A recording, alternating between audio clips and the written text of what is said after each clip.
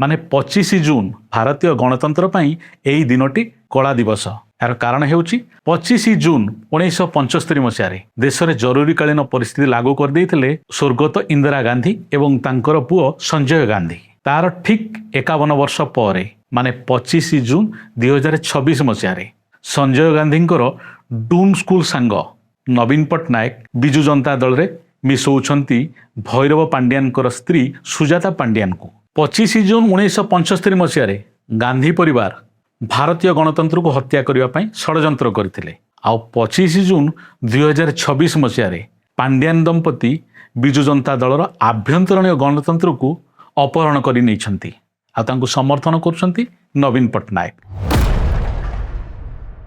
नमस्कार, वर्तमान ओडिशा को आपण मानकु स्वागत। 2024 निर्वाचन समय कथा। मिशन शक्ति सचिवों विरुद्ध में आसिला सांघातिक अभियोग। भारतीय जनता पार्टी अभियोग कला मिशन शक्तिर सचिव विजु जनता दल पई काम करुछंती आउ से बीजेडी एजेंट हो जाइछंती। बीजेपी रो एभली अभियोग पाइबा परे निर्वाचन कमिशन तदंत आरंभ कले। शेष रे जणा पड़िला मिशन शक्तिर सचिव बीजेडी एजेंट भावे कार्य करुछंती। तुरंत मिशन शक्ति सचिवों को बदली करने पाई निर्देश देले भारतीय निर्वाचन कमिशन। निर्वाचन कमिशन निर्देशनामा थिला मे 2 तारिख 2024 मसीहा। तत्क्षणात मिशन शक्ति सचिव पदरु सही ऑफिसर को बदली कर दियागला। लोकमानक संगे मिसुथुबा से मिशन शक्तिर सचिव को एभली जगह को बदली करागला जहा द्वारा से साधारण लोकों संगे भेटी पारिबे नहीं कि 2024 निर्वाचन को प्रभावित करिपारिबे नहीं बोली तांको मिशन शक्ति डिपार्टमेंट रु सीधा सड़क ट्रांसफर करागला फाइनेंस डिपार्टमेंट को स्पेशल सेक्रेटरी भावे। दर्शक बंधु, आपण जानिछंती सही विवादीय मिशन शक्तिर सचिव किए थिले? से होउछंती भैरव पांड्यान स्त्री सुजाता पांड्यान। से विजु जनता दल पई कार्य करुछंती बोली अभियोग आस्तिला। सही अभियोग आधार रे 2024 मसीहा मे 3 तारिख रे फाइनेंस डिपार्टमेंट को ट्रांसफर कर दियागला सुजाता पांड्यान को। निर्वाचन कमिशन सही निष्पत्ति को सत्य बोली प्रमाणित करिसंती विजु जनता दलर सभापति नवीन पट्टनायक। वास्तव में सुजाता पांड्यान थिले बीजेडी एजेंट। निर्वाचन कमिशन निर्देशनामा थिला 2 मे 2024 मसीहा। आउ यार ठीक 26 मास पर विजु जनता दल रे एंट्री मारुछंती सुजाता पांड्यान। 25 जून 2026 रे विजु जनता दलर राज्य कार्यालय दृश्य कहूची सुजाता पांड्यान विजु जनता दलर जड़े दृढ़ समर्थक। सेइथिपाई से एबे राजनीति रे पाद थापिछंती। दर्शक बंधु, तामिलनाडुर मूल निवासी भैरव पांड्यान तांको पई विजु जनता दल को शासन हटाई देले ओडिशावासी। सी सीना तामिलनाडुर हेले तांकर स्त्री माने सुजाता पांड्यान हेउचंती ओडिशार केन्द्रापड़ा जिलार मूल निवासी। सेतिपाई बैकरूम रे एबे रहिबे भैरव पांड्यान एवं फ्रंट रे रहिबे तांकर स्त्री सुजाता पांड्यान, जहा फल से विजु जनता दल को संपूर्ण निज नियंत्रण बा कंट्रोल करि पारिबे। 2021 जून पहिला रे मिशन शक्ति विभाग स्वतंत्र भावे गठन होइतला। आरंभरू तार दायित्व रहितले सुजाता पांड्यान। प्राय दीर्घ 3 वर्ष पर तांको विरुद्ध रे आसीथिला संगीन अभियोग जे से होउचंती विजु जनता दलर एजेंट। मिशन शक्ति विभाग दायित्व रहिबा समय रे सुजाता पांड्यान ओडिशार स्वयं सहायक गोष्ठी रे जोड़ी होइथिबा प्राय 70 लाख महिला को विजु जनता दल पई कार्य करिबा पई प्रवर्ताउथिले बोली भारतीय जनता पार्टी अभियोग करथिला। सेही अभियोग आधार रे तांको सेठारु हटेई दिया जाइथिला। आपण माने महाभारत रे सुनिथिबे जे किचके बाहुबले विराट राजा। ठीक सेमती स्वामी भैरव पांड्यान को बल रे सीनियर आईएएस मानकु मध्य खातिर करनथिले सुजाता पांड्यान। तबे निर्वाचन फलाफल आसीबार ठीक 4 दिन पूर्व माने 31 मे 2024 मसीह रे छुट्टी आवेदन करदेले सुजाता पांड्यान।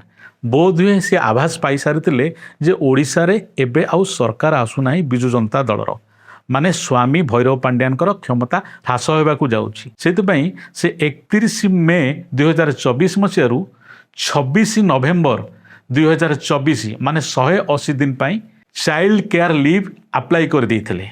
से हिसाब रे छुट्टी रे चली गले सुजाता पांड्यान।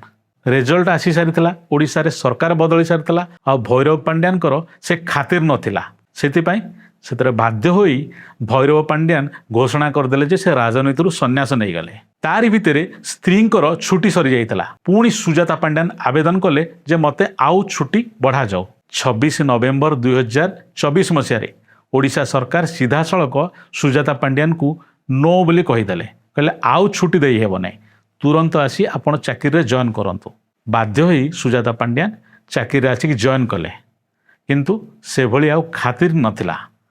ମନ୍ତ୍ରୀ, ଏମଏଲଏ, ସିନିୟର ଆଇଏଏସ୍, ଚିଫ୍ ସେକ୍ରେଟାରୀଙ୍କୁ ମୁଁ ଖାତିର କରୁନଥିବା ସୁଜାତା ପାଣ୍ଡିଆନ ବାଧ୍ୟ ହୋଇ ଚାକିରିରୁ ଅବସର ନେବା ପାଇଁ ଚିନ୍ତା କଲେ। ଶେଷରେ ବାଧ୍ୟ ହୋଇ 13 ମାର୍ଚ୍ଚ 2025 ମସିହାରେ ଚାକିରିରୁ ସ୍ୱେଚ୍ଛାକୃତ ଅବସର ନେଲେ ସୁଜାତା ପାଣ୍ଡିଆନ। ମାନେ ଆଇଏଏସ୍ ଚାକିରିରୁ ଭିଆର୍ଏସ୍ ନେଇଗଲେ ସୁଜାତା ପାଣ୍ଡିଆନ। ଦର୍ଶକ ବନ୍ଧୁ, ଆମର ଥମ୍ ହେଉଛି ସୁଜାତା ପାଣ୍ଡିଆନ ଥିଲେ ବିଜେଡ଼ିର ଏଜେଣ୍ଟ। ଶେଷରେ ସୁଜାତା ପାଣ୍ଡିଆନ 25 ଜୁନ 2026 ମସିହାରେ ବିଜୁ ଜନତା ଦଳରେ ଯୋଗ ଦେଲେ। ତାଙ୍କର ଜଏନିଂ ତାରିଖକୁ ଟିକେ ଦେଖନ୍ତୁ, ମାନେ 25 ଜୁନ ଭାରତୀୟ ରାଜନୀତିରେ ବା ଭାରତୀୟ ଗଣତନ୍ତ୍ର ପାଇଁ ଏହି ଦିନଟି ଠିକ୍ କଳା ଦିବସ। ଏହାର କାରଣ ହେଉଛି 25 ଜୁନ 1975 ମସିହାରେ ଦେଶରେ ଜରୁରୀକାଳୀନ ପରିସ୍ଥିତି ଲାଗୁ କରିଦେଇଥିଲେ ସ୍ୱର୍ଗତ ଇନ୍ଦିରା ଗାନ୍ଧୀ ଏବଂ ତାଙ୍କର ପୁଅ ସଞ୍ଜୟ ଗାନ୍ଧୀ। ତାର ଠିକ୍ 51 ବର୍ଷ ପରେ ମାନେ 25 ଜୁନ 2026 ମସିହାରେ ସଞ୍ଜୟ ଗାନ୍ଧୀଙ୍କର ଡୁନ୍ ସ୍କୁଲ ସାଙ୍ଗ ନବୀନ ପଟ୍ଟନାୟକ ବିଜୁ ଜନତା ଦଳରେ ମିଶଉଛନ୍ତି ଭୈରବ ପାଣ୍ଡିଆନଙ୍କର ସ୍ତ୍ରୀ ସୁଜାତା ପାଣ୍ଡିଆନଙ୍କୁ। 25 ଜୁନ 1975 ମସିହାରେ ଗାନ୍ଧୀ ପରିବାର ଭାରତୀୟ ଗଣତନ୍ତ୍ରକୁ ହତ୍ୟା କରିବା ପାଇଁ ଷଡ଼ଯନ୍ତ୍ର କରିଥିଲେ। ଆଉ 25 ଜୁନ 2026 ମସିହାରେ ପାଣ୍ଡିଆନ ଦମ୍ପତି ବିଜୁ ଜନତା ଦଳର ଆଭ୍ୟନ୍ତରୀଣ ଗଣତନ୍ତ୍ରକୁ ଅପହରଣ କରି ନେଇଛନ୍ତି ଆଉ ତାଙ୍କୁ ସମର୍ଥନ କରୁଛନ୍ତି ନବୀନ ପଟ୍ଟନାୟକ। ଭୈରବ ପାଣ୍ଡିଆନଙ୍କର ସ୍ତ୍ରୀ ସୁଜାତା ପାଣ୍ଡିଆନ ହେଉଛନ୍ତି ଜଣେ ଅବସରପ୍ରାପ୍ତ ବ୍ୟୁରୋକ୍ରାଟ୍ସ। ଅତୀତରେ କୌଣସି ବ୍ୟୁରୋକ୍ରାଟ୍ସ ବିଜୁ ଜନତା ଦଳରେ ଜଏନିଂ କରିନଥିଲେ। ପୂର୍ବତନ ମୁମ୍ବାଇ ପୋଲିସ କମିଶନର ଅରୁପ ପଟ୍ଟନାୟକ, ପୂର୍ବତନ ଆକାଉଣ୍ଟାଣ୍ଟ ଜେନେରାଲ ଅମର ପଟ୍ଟନାୟକ ତ ବିଜୁ ଜନତା ଦଳରେ ଜଏନ୍ କରିଥିଲେ। କିନ୍ତୁ ସେତେବେଳେ ସେମାନଙ୍କର ଜଏନ୍କୁ ନେଇ ଏଭଳି ଭବ୍ୟ ଆୟୋଜନ କରାଯାଇନଥିଲା। ତାହେଲେ ସୁଜାତା ପାଣ୍ଡିଆନଙ୍କର ଜଏନିଂକୁ ଏଭଳି କାହିଁକି ଭବ୍ୟ ଭାବରେ ଆୟୋଜିତ କଲେ ନବୀନ ପଟ୍ଟନାୟକ? ପୂର୍ବରୁ ତ ଅନେକ ବ୍ୟୁରୋକ୍ରାଟ୍ସ ରାଜନୀତିରେ ଜଏନ୍ କରିକି ମଧ୍ୟ ବିଫଳ ହୋଇଛନ୍ତି। ଯେମିତି ଦେଖନ୍ତୁ, ପୂର୍ବତନ ମୁଖ୍ୟ ଶାସନ ସଚିବ ବିଜୟ ପଟ୍ଟନାୟକ, ପୂର୍ବତନ ପୋଲିସ ମହାନିର୍ଦ୍ଦେଶକ ପ୍ରକାଶ ମିଶ୍ର, ଏମାନେ ସମସ୍ତେ ବିଫଳ ହୋଇଛନ୍ତି। କିନ୍ତୁ ଆପଣମାନେ କହିବେ ଯେ ଅପରାଜିତା ଷଡ଼ଙ୍ଗୀ ତ ସକ୍ସେସ୍ ପାଇଛନ୍ତି। ଆପଣମାନଙ୍କର ତର୍କ ଯୁକ୍ତିସଙ୍ଗତ। ଅପରାଜିତା ଷଡ଼ଙ୍ଗୀ ଥରେ ନୁହଁ, ଦୁଇ ଥର ଭୁବନେଶ୍ୱର ଭଳିଆ ଲୋକସଭା ଆସନରୁ ନିର୍ବାଚିତ ହେଉଛନ୍ତି। ଅପରାଜିତା ଷଡ଼ଙ୍ଗୀ ପୁଣି ଓଡ଼ିଶାର ଝିଅ ନୁହନ୍ତି, ସେ ହେଉଛନ୍ତି ବିହାରର। ଆଉ ସୁଜାତା ପାଣ୍ଡିଆନ ହେଉଛନ୍ତି କେନ୍ଦ୍ରାପଡ଼ାର ମୂଳ ନିବାସୀ। ଯଦି ଜଣେ ବିହାରୀ ଝିଅଙ୍କୁ ଭୁବନେଶ୍ୱର ଭୋଟର ଗ୍ରହଣ କରିପାରୁଛନ୍ତି, ତାହେଲେ ସୁଜାତା ପାଣ୍ଡିଆନକୁ କାହିଁକି ଓଡ଼ିଶାବାସୀ ଗ୍ରହଣ କରିପାରିବେ ନାହିଁ? ଆପଣଙ୍କ କଥାରେ ଦମ୍ ଅଛି, ସେ କଥାରେ ମୁଁ ଏକମତ। କିନ୍ତୁ ଆପଣମାନେ ଥରେ ବିଚାର କରନ୍ତୁ, ଅପରାଜିତା ଷଡ଼ଙ୍ଗୀ ସୋସିଆଲ ମିଡ଼ିଆରେ ବହୁତ ପପୁଲାର, କିନ୍ତୁ ଭୁବନେଶ୍ୱର ଭୋଟରଙ୍କ ନିକଟରେ ସେତିକି ପପୁଲାର ନୁହନ୍ତି। 2019 ନିର୍ବାଚନ ସମୟର କଥା ଦେଖନ୍ତୁ। ଭୁବନେଶ୍ୱର ଲୋକସଭା ଆସନରେ କଂଗ୍ରେସ ପ୍ରାର୍ଥୀ ଦେଇନଥିଲା। ତା ସତ୍ତ୍ୱେ ମଧ୍ୟ ଅପରାଜିତା ଷଡ଼ଙ୍ଗୀ ମାତ୍ର 23,839 ଖଣ୍ଡ ଭୋଟ ବ୍ୟବଧାନରେ ବିଜୟୀ ହୋଇଥିଲେ। ଠିକ୍ ସେହିଭଳି 2024 ନିର୍ବାଚନରେ ପ୍ରଧାନମନ୍ତ୍ରୀ ନରେନ୍ଦ୍ର ମୋଦିଙ୍କର ପ୍ରବଳ ହାୱା ଥିଲା। ନିଜେ ମୋଦି ଆସି ଭୁବନେଶ୍ୱର ଲୋକସଭା ନିର୍ବାଚନ ମଣ୍ଡଳୀରେ ମାରାଥନ ପ୍ରଚାର କଲେ।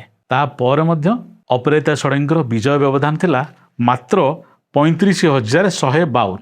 ଆପଣମାନେ ଏଇଥିରୁ ବିଚାର କରନ୍ତୁ, ଅପରାଜିତା ଷଡ଼ଙ୍ଗୀ ଜଣେ ଭଲ ବ୍ୟୁରୋକ୍ରାଟ୍ ହୋଇଥାଇପାରନ୍ତି, କିନ୍ତୁ ସେ ସୋସିଆଲ ମିଡ଼ିଆରେ ପପୁଲାର।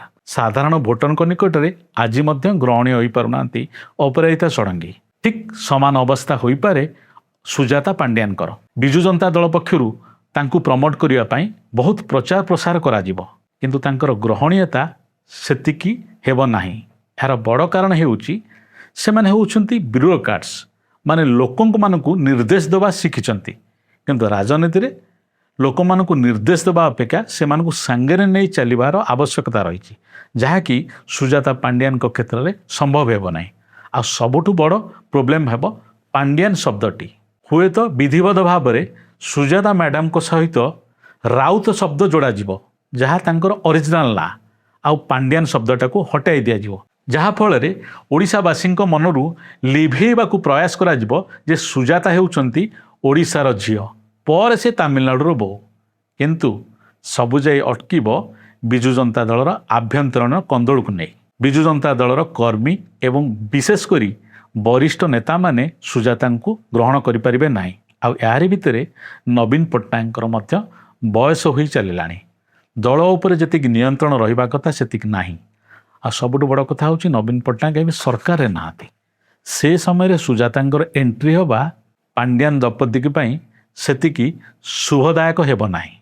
दर्शक बंधु आमर कौन व्यक्तिगत असया मनोभाव नहीं सुजाता मैडम को प्रति किंतु ओडिशावासी मतामत को आमे जहाँ पर्यालोचना कर देखिलु सुजाता मैडम विजु जनता दल रे बा विजु जनता दलर नेक्स्ट जेनरेशन निकट में ग्रहणीय हो पारे किंतु ओडिशावासी निकट में ग्रहणीय होगापाई तांको समय लागिबो से समय को अपेक्षा करि परिबे तो आ सेते समय पर्यंत विजु जनता दल एक आंचलिक दल भाव में निजर अस्तित्व बजाय रखि परिबो तो। आजिर प्रसंग आपन को किपरि लागिला ताहार मतामत आपण कमेंट्स बॉक्स माध्यम रे जणाइबे। रहूची नमस्कार।